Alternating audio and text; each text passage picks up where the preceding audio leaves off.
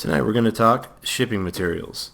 So I'm just going to talk about a few different types of materials that I like to use when I ship my orders to my customers, and what's probably the most economical way to go about things based off my experience. I mean, at first I guess you could recycle things that you get in the mail.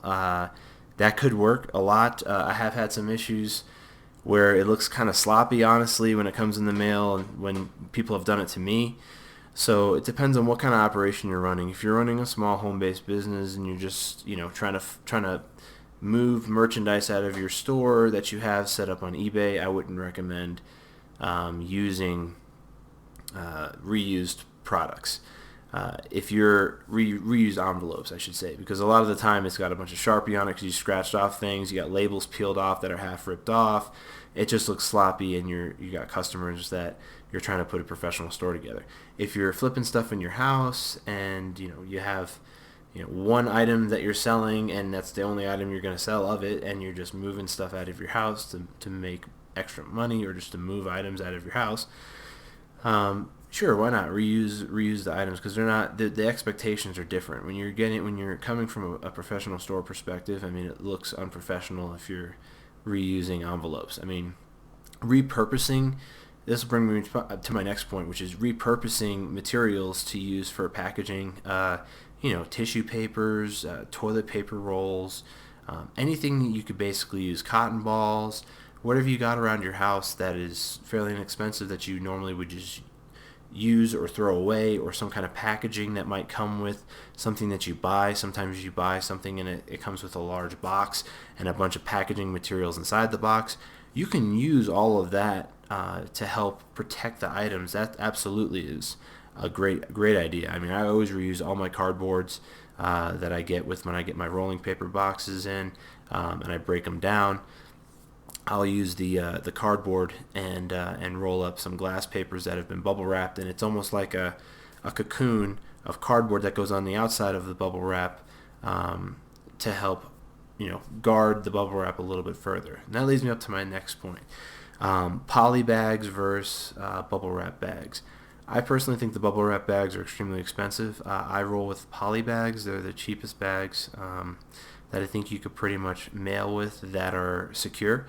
I mean, the glue on the poly bag is very tight. It never rips. You have to actually rip the bag to get the glue off once it's stuck to itself. But the bubble wrap bags, I guess you could say, I think are a little bit expensive, a little pricey if you do high volume sales. Even if you buy in bulk, it still is a large expense when you're calculating your fees and your fixed costs for each order and each transaction. And I think it's also very difficult to fill the actual whole envelope up. So I think there's a lot of bubble wrap getting wasted, and you're paying for that bubble wrap too. So I personally recommend just grabbing like a roll of 150 or 175 yards of, 175 feet of bubble wrap. You usually sell them at Walmart for about $15. You can get them for around $15 to $20 depending on which store you go to, but I believe Walmart has it the cheapest if you want to go the local route. There are some sellers on eBay that sell it for around $12 to $13 occasionally if you could find it on there. But yeah, I would go that route, and I would hand individually wrap each one.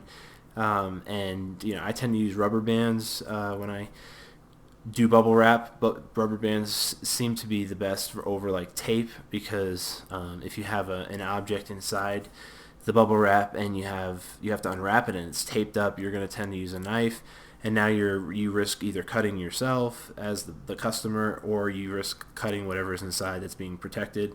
If it's a piece of electronics, or if it's something that's easily damaged and could be cut pretty fairly easily, you want to mitigate the loss of experience and the loss of the product with the customer. So I would recommend using rubber bands. It's pretty easy to undo that, and then it just basically unrolls.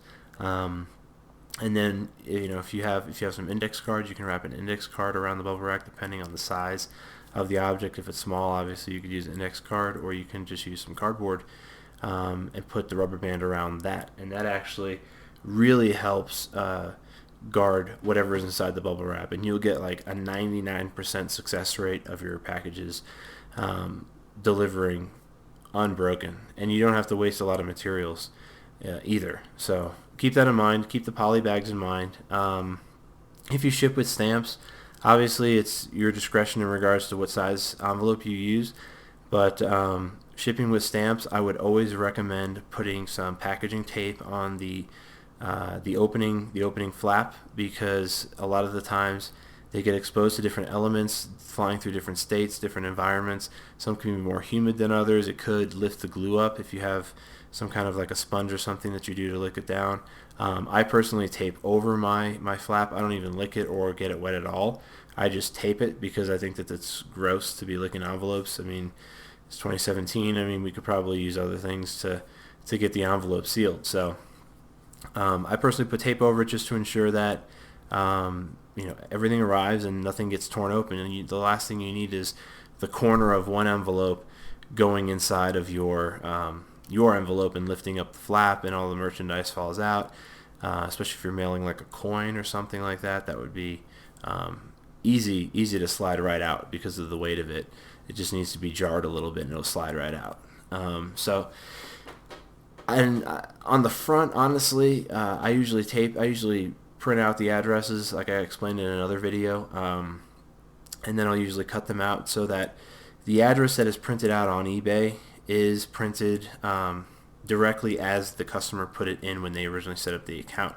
So once you have that printed out, you know for a fact you didn't make a mistake. When you're handwriting out envelopes, there is a portion where the information is going through your eyes into your brain and back out, sent down to signal to your finger to actually write the address.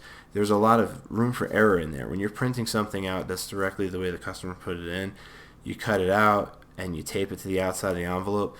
You know for a fact that, one, it's not going to be misread by somebody because they think your handwriting is being interpreted another way, and two, there's no question if there's a mistake or not. You can print it directly from eBay, and you can put it on the front of the envelope.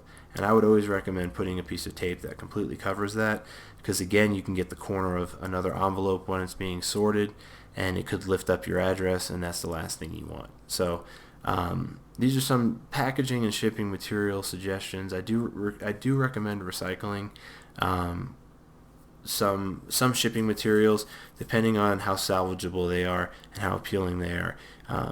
But I would always recommend whatever type of materials that you're recycling or repurposing to always just slide them inside of a poly bag. You can get various poly bags. I use the 6x9 and the 10x13 bags, and those pretty much fit almost any small to medium object.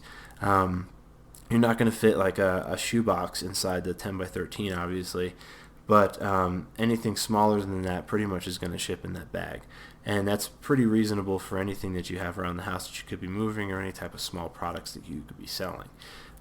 So that's my recommendation, and I always recommend to print your shipping labels out online through eBay, because you do get a discount, and just tape it right onto the envelope, just like you did the other one. You're just going to tape it right onto the envelope. So I hope this video helped you guys out in regards to some shipping material tips for eBay.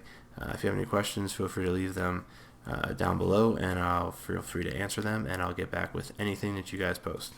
Thanks.